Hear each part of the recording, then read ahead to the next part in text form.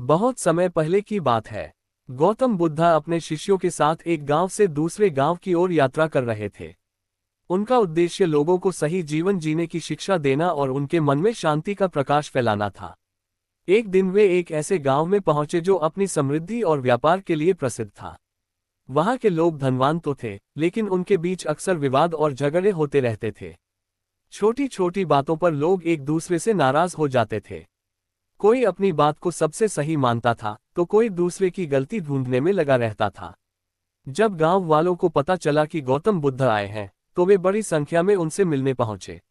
सभी लोग अपनी अपनी समस्याएं लेकर आए थे। कोई परिवार के झगड़ों से परेशान था, कोई व्यापार में नुकसान से, तो कोई अपने पड़ोसियों के व्यवहार से दुखी था। गौतम बुद्ध ने सबकी बातें शांतिपूर्वक सुनी। फिर उन्होंने कहा, तुम्हारी अधिकांश समस्याओं का कारण बाहर नहीं, बल्कि तुम्हारे अपने मन के भीतर है। जब मन में समझदारी और धैर्य होता है, तब कठिन परिस्थितियां भी सरल लगने लगती हैं। भीड़ में एक युवक खड़ा था जिसका नाम आनंद था। वह गांव का एक बुद्धिमान लेकिन घमंडी व्यापारी था। उसे अपनी बुद्धि पर बहुत गर्व था। वह सोचता था कि गांव में उससे अधिक समझदार कोई नहीं है। आनंद आगे बढ़ा और बोला, भगवान, लोग कहते हैं कि समझदारी सबसे बड़ी शक्ति है। लेकिन मैं ये जानना चाहता हूं कि किसी व्यक्ति की वास्तविक समझदारी की पहचान कैसे की जा सकती है। ये प्रश्न सुनकर सभी लोग उत्सुक हो गए। वे भी इसका उत्तर जानना चाहते थे। गौतम बुद्ध मुस्कुराए और बोले, इस प्रश्न का उत्तर शब्दों में देने से अधिक अच्छा होगा कि मैं तुम्हें एक अनुभव के माध्यम से समझाऊं। अगली सुबह बुद्ध आनंद और कुछ अन्य शिष्यों को लेकर गांव के बाहर एक बड़े बरगद के पेड़ के पास पहुंचे। वहां उन्होंने सबको बैठने के लिए कहा। फिर बुद्ध ने आनंद से कहा, मैं तुम्हें एक छोटा सा कार्य देता हूं। इस रास्ते पर जो भी व्यक्ति गुजरे, तुम उसे ध्यान से देखना और उसके बारे में अपनी राय बताना। आनंद ने सहमति में सिर हिलाया। कुछ देर बाद एक वृद्ध व्यक्ति वहां से गुजरा। उसके कपड़े साधारण थे और वह धीरे धीरे चल रहा था। बुद्ध ने पूछा, तुम्हें ये व्यक्ति कैसा लगता है? आनंद बोला, ये गरीब और कमजोर लगता है।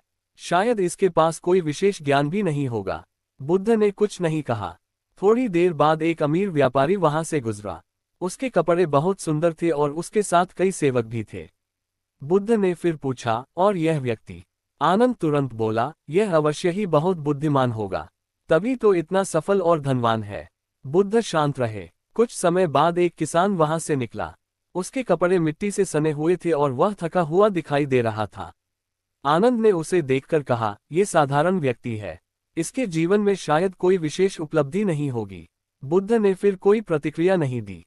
शाम होने लगी। तब बुद्ध ने आनंद को अपने पास बुलाया और पूछा, तुमने इन लोगों के बारे में जो राय बनाई, उसका आधार क्या था?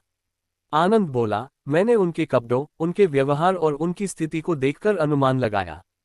बुद्ध मुस्कुराए और बोले, यही वह स्थान है जहां अधिकांश लोग गलती करते हैं। वे किसी व्यक्ति को समझने से पहले उसके बारे में निर्णय ले लेते हैं। आनंद थोड़ा चौंका। बुद्ध ने आगे कहा, जिस वृद्ध व्यक्ति को तुमने कमजोर और अज्ञानी समझा, वह इस क्षेत्र का सबसे अनुभवी शिक्षक है। दूर दूर से लोग उसकी सलाह लेने आते हैं। आनंद आश्चर्यचकित रह गया। और जिस व्यापारी को तुमने सबसे बुद्धिमान माना, वह कई बार अपने लालच के कारण बड़े नुकसान उठा चुका है। उसके पास धन तो है, लेकिन वह मन की शांति से दूर है। अब आनंद का सिर झुकने लगा। बुद्ध ने आगे कहा, जहां तक किसान की बात है, उसने अपने परिश्रम और ईमानदारी से अनेक परिवारों की सहायता की है। गांव के लोग उसका बहुत सम्मान करते हैं। आनंद को अपनी भूल का एहसास होने लगा। उसने समझ लिया कि उसने केवल बाहरी रूप देखकर लोगों का मूल्यांकन किया था। तब बुद्ध ने कहा, समझदार व्यक्ति वह नहीं होता जो तुरंत निर्णय ले ले। वास्तविक समझदारी की पहचान यह है कि व्यक्ति किसी भी बात को पूरी तरह जाने बिना निष्कर्ष पर नहीं पहुंचता। आनंद ध्यान से सुन रहा था। बुद्ध ने आगे कहा, जो व्यक्ति धैर्य रखता है, दूसरों को समझने का प्रयास करता है और सत्य को जानने के बाद ही निर्णय लेता है, वही वास्तव में बुद्धिमान होता है। इन शब्दों ने आनंद के मन को गहराई से छू लिया। उसे महसूस हुआ कि वह स्वयं को बुद्धिमान समझता था, लेकिन उसने कभी अपने विचारों की जांच नहीं की थी। उस रात वह देर तक सोचता रहा। उसे अपने जीवन की कई घटनाएं याद आईं जब उसने बिना पूरी सच्चाई जाने लोगों के बारे में गलत राय बना ली थी। अगली सुबह उसने निश्चय किया कि वह अपनी इस आदत को बदलेगा। लेकिन बुद्ध जानते थे कि केवल एक शिक्षा पर्याप्त नहीं होगी। इसलिए उन्होंने आनंद को एक और अनुभव देने का निर्णय लिया, जिससे वह समझदारी का वास्तविक अर्थ पूरी तरह समझ सके। क्या आनंद इस परीक्षा में सफल होगा? और गौतम बुद्ध उसे कौन सी नई सीख देने वाले थे? अगली सुबह सूर्य की पहली किरणों के साथ आनंद गौतम बुद्ध के पास पहुंचा। उसके मन में अनेक विचार चल रहे थे। पिछली शाम बुद्ध की बातों ने उसकी सोच को बदलना शुरू कर दिया था, लेकिन वह अभी भी समझदारी के वास्तविक अर्थ को पूरी तरह नहीं समझ पाया था।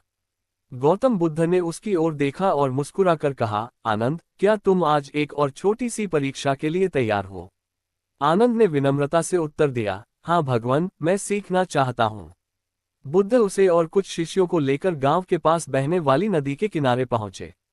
नदी का जल शांत था और आसपास का वातावरण बहुत सुंदर था। वहां पहुंचकर बुद्ध ने आनंद को एक खाली मिट्टी का घड़ा दिया और कहा, इस घड़े को नदी के जल से भरकर ले आओ।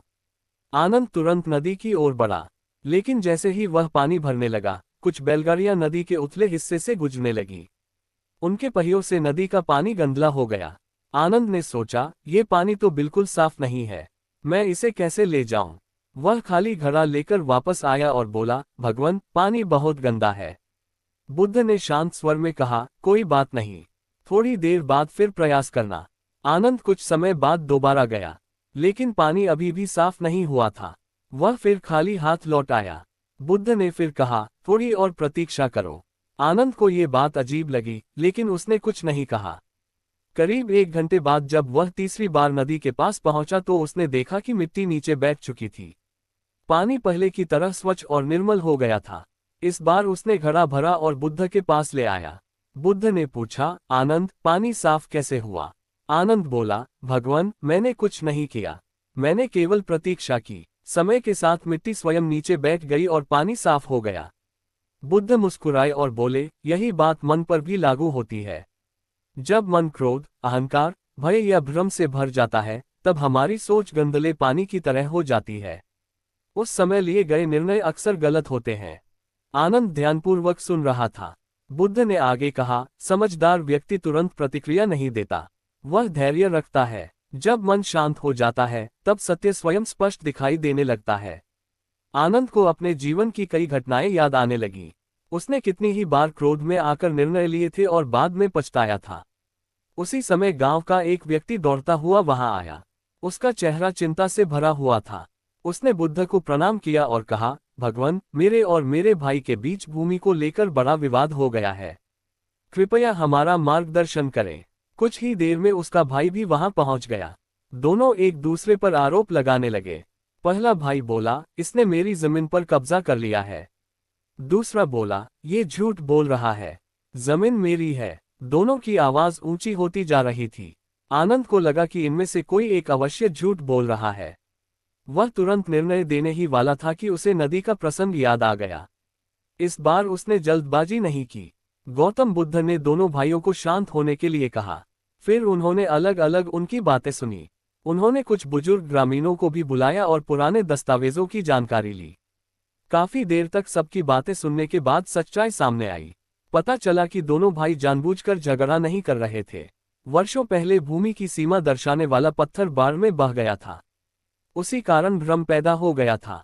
जब सच्चाई सामने आई तो दोनों भाइयों की आंखें खुल गईं। वे एक दूसरे से क्षमा मांगने लगे।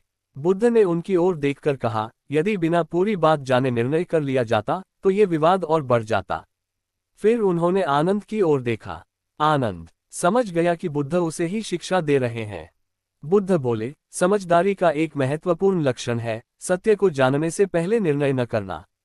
आनंद ने विनम्रता से कहा, भगवान, अब मैं समझने लगा हूं कि बुद्धिमानी केवल ज्ञान का नाम नहीं है, धैर्य और सही समझ भी उतनी ही आवश्यक है।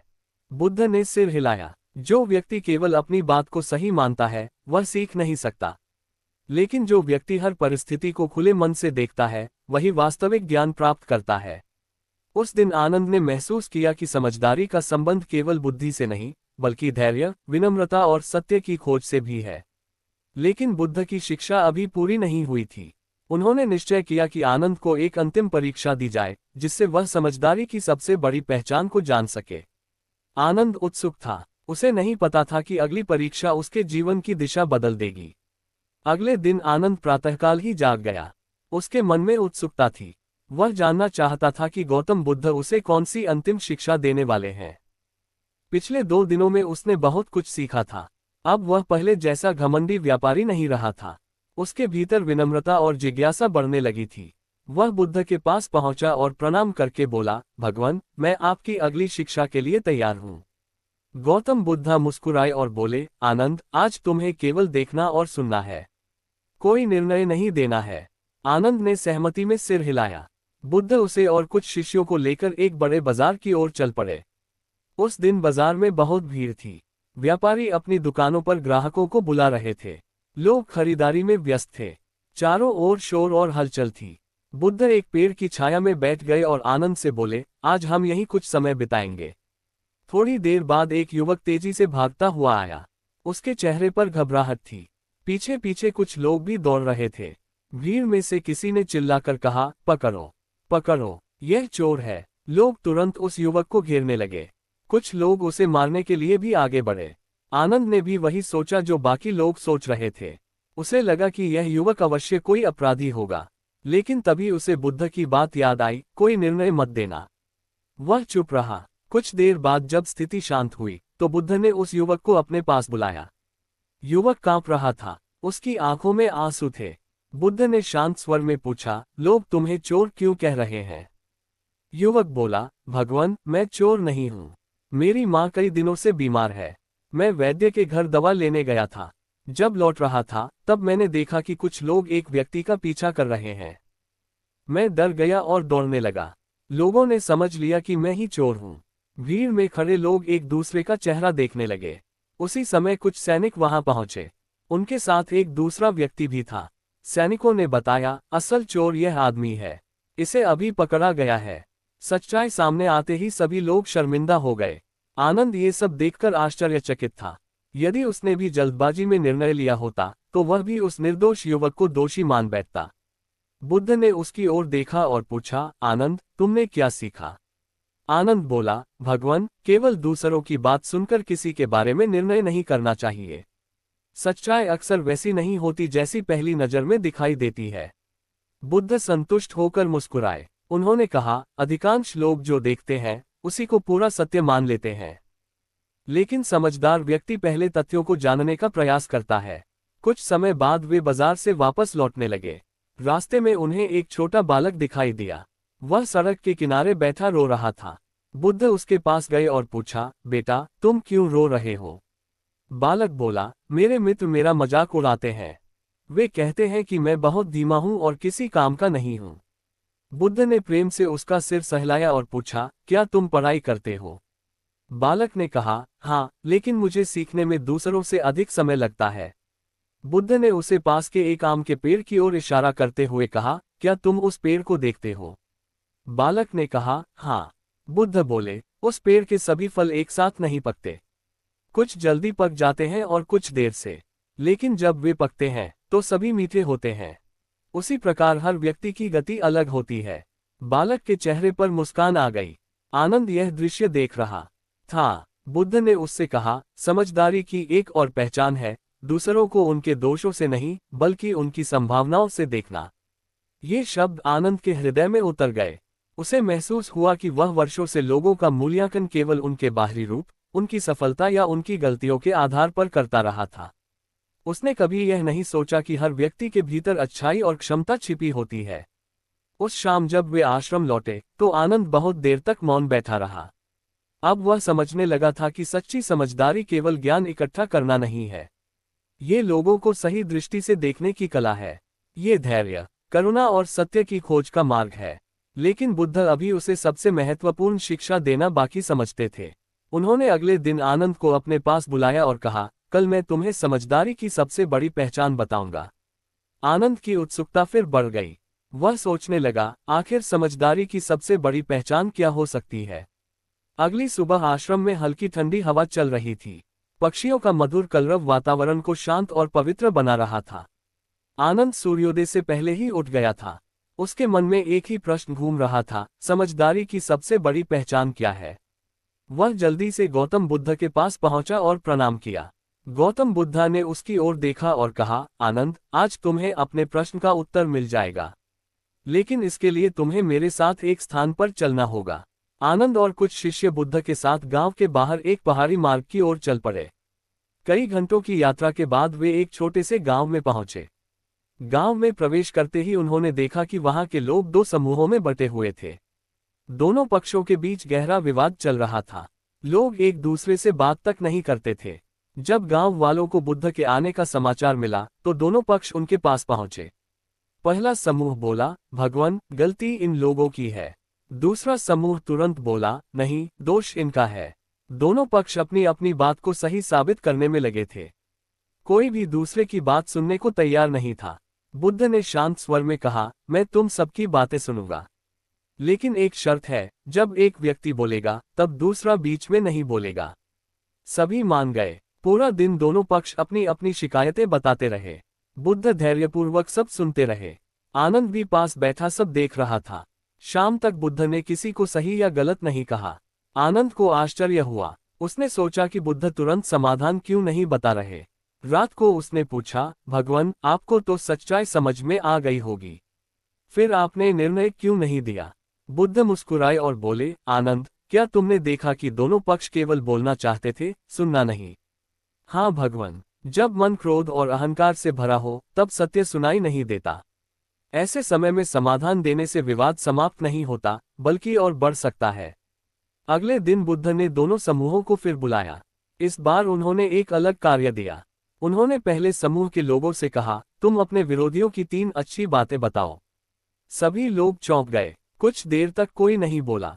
फिर एक व्यक्ति धीरे धीरे बोला, वे मेहनती हैं। दूसरे ने कहा, वे अपने परिवार का ध्यान रखते हैं। तीसरे ने कहा, वे ईमानदारी से काम करते हैं। फिर बुद्ध ने दूसरे समूह से भी यही प्रश्न पूछा। उन्होंने भी अपने विरोधियों की अच्छाइयां बतानी शुरू की। धीरे धीरे वातावरण बदलने लगा। लोगों के चेहरे पर कठोरता कम होने लगी। बुद्ध ने कहा, जब हम केवल दोष देखते हैं तो दूरी बढ़ती है। जब हम अच्छाई देखने लगते हैं तो समझ पैदा होती है। इसके बाद दोनों पक्षों ने शांत मन से चर्चा की। कुछ ही घंटों में वर्षों पुराना विवाद समाप्त हो गया। गांव के लोग अत्यंत प्रसन्न हुए। उन्होंने एक दूसरे से क्षमा मांगी और मिलकर रहने का संकल्प लिया। वापसी के समय आनंद गहरे विचारों में डूबा हुआ था। रास्ते में उसने बुद्ध से पूछा, भगवान, क्या यही समझदारी की सबसे बड़ी पहचान है, दूसरों की अच्छाई देखना? बुद्ध ने कहा, यह समझदारी का एक महत्वपूर्ण भाग है, लेकिन सबसे बड़ी पहचान नहीं। आनंद की उत्सुकता और बढ़ गई। बुद्ध ने आगे कहा, समझदार व्यक्ति केवल दूसरों की गलतियों को नहीं समझता, बल्कि अपनी गलतियों को भी पहचानता है। जो व्यक्ति स्वयं को परख सकता है, वही सच्चा बुद्धिमान बन सकता है। आनंद कुछ क्षणों के लिए मौन हो गया। उसे याद आया कि कैसे वह पहले अपने ज्ञान और धन पर गर्व करता था। उसे लगता था कि वह हमेशा सही है, लेकिन पिछले कुछ दिनों में उसे अपनी अनेक गलतियां दिखाई देने लगी थीं।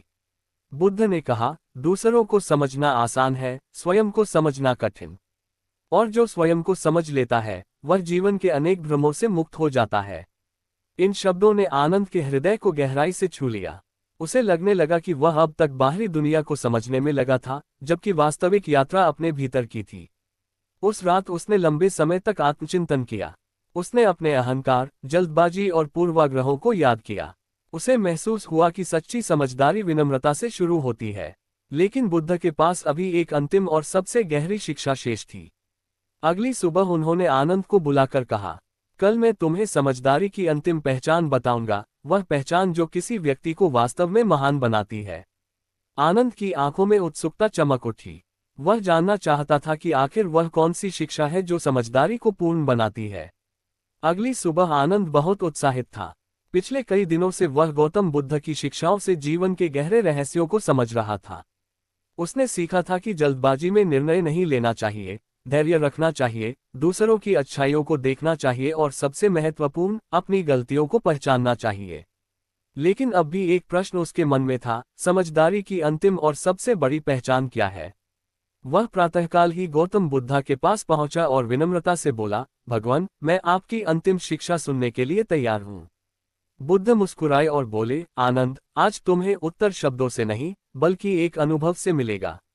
इसके बाद वे आनंद और कुछ शिष्यों को लेकर एक दूरस्थ गांव की ओर चल पड़े। यात्रा लंबी थी, लेकिन आनंद पूरे मार्ग में शांत रहा। गांव पहुंचने पर उन्होंने देखा कि वहां एक बूढ़ा व्यक्ति अकेला बैठा हुआ था। उसके कपड़े पुराने थे और चेहरा चिंता से भरा हुआ था। बुद्ध उसके पास गए और प्रेमपूर्वक पूछा, भद्र पुरुष, तुम इतने उदास क्यों हो? वृद्ध ने कहा, भगवान, मैंने जीवन भर धन कमाने और लोगों से आगे निकलने की कोशिश की, लेकिन आज मेरे पास न मित्र है, न परिवार का प्रेम। लोग मुझसे दूर रहते हैं। अब मुझे समझ नहीं आता कि मैंने क्या पाया और क्या खो दिया।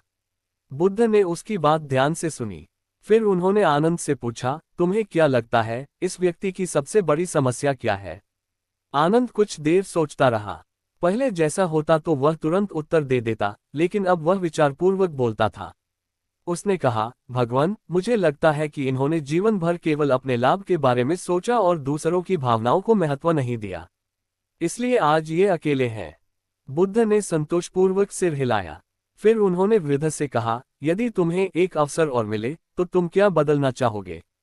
वृद्ध की आंखों में आंसू आ गए। उसने कहा, मैं लोगों के साथ प्रेम और दया का व्यवहार करता। धन के पीछे भागने के बजाय संबंधों को महत्व देता। मैं दूसरों की सहायता करता।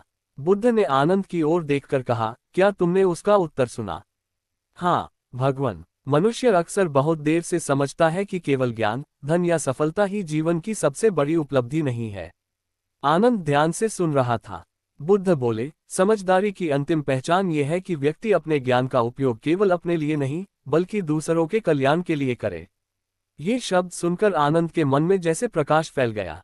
उसे एहसास हुआ कि यदि किसी व्यक्ति के पास ज्ञान है, लेकिन वह उससे किसी का भला नहीं करता, तो वह ज्ञान अधूरा है। वापसी के मार्ग में बुद्ध एक पेड़ के नीचे रुके। उन्होंने जमीन पर पड़ा एक दीपक उठाया और आनंद से पूछा, इस दीपक का क्या उद्देश्य है? आनंद बोला, प्रकाश देना। बुद्ध ने कहा, यदि दीपक स्वयं तक ही प्रकाश सीमित रखे और दूसरों को उजाला न दे, तो क्या उसका उद्देश्य पूरा होगा? नहीं, भगवान। बुद्ध मुस्कुराए और बोले, ठीक उसी प्रकार समझदार व्यक्ति अपने ज्ञान, अनुभव और करुणा से दूसरों का मार्ग प्रकाशित करता है। यही सच्ची समझदारी है। आनंद की आंखें नम हो गईं। उसे अपने पुराने दिन याद आए, जब वह अपने ज्ञान और धन पर गर्व करता था। वह स्वयं को सबसे श्रेष्ठ समझता था, लेकिन अब उसे समझ में आ गया था कि वास्तविक महानता विनम्रता, सेवा और करुणा में है। आश्रम लौटने के बाद आनंद ने अपने जीवन को बदलने का निश्चय किया। वह लोगों की बात ध्यान से सुनने लगा, जल्दबाजी में निर्णय लेना छोड़ दिया, जरूरतमंदों की सहायता करने लगा, और सबसे महत्वपूर्ण, उसने सीखना कभी नहीं छोड़ा। कुछ महीनों बाद गांव के लोग उसमें आए परिवर्तन को देखकर आश्चर्यचकित थे। अब वह केवल बुद्धिमान व्यापारी नहीं था, बल्कि एक दयालु और सम्मानित व्यक्ति बन चुका था। एक दिन उसने बुद्ध से कहा, भगवान, अब मैं समझ गया हूं कि समझदारी केवल बुद्धि का नाम नहीं है। ये धैर्य, विनम्रता, सत्य की खोज, आत्मचिंतन और दूसरों के कल्याण का मार्ग है। बुद्ध मुस्कुराए और बोले, आनंद, जब ज्ञान के साथ करुणा जुड़ जाती है, तब सच्ची समझदारी जन्म लेती है। आनंद ने उनके चरणों में प्रणाम किया। उस दिन से उसने अपना जीवन इसी सिद्धांत पर चलाया और जहां भी गया, लोगों को यही शिक्षा देता रहा कि सच्चा समझदार वही है जो पहले स्वयं को सुधारता है, फिर अपने ज्ञान और प्रेम से दूसरों के जीवन में प्रकाश फैलाता है। किसी के बारे में जल्दबाजी में निर्णय नहीं लेना चाहिए। धैर्य और शांत मन सही निर्णय लेने में सहायता करते हैं। दूसरों की अच्छाइयों को देखने की आदत विकसित करनी चाहिए। अपनी गलतियों को पहचानना सच्ची बुद्धिमानी है। ज्ञान का सर्वोत्तम उपयोग दूसरों के कल्याण में है। विनम्रता और करुणा के बिना समझदारी अधूरी है।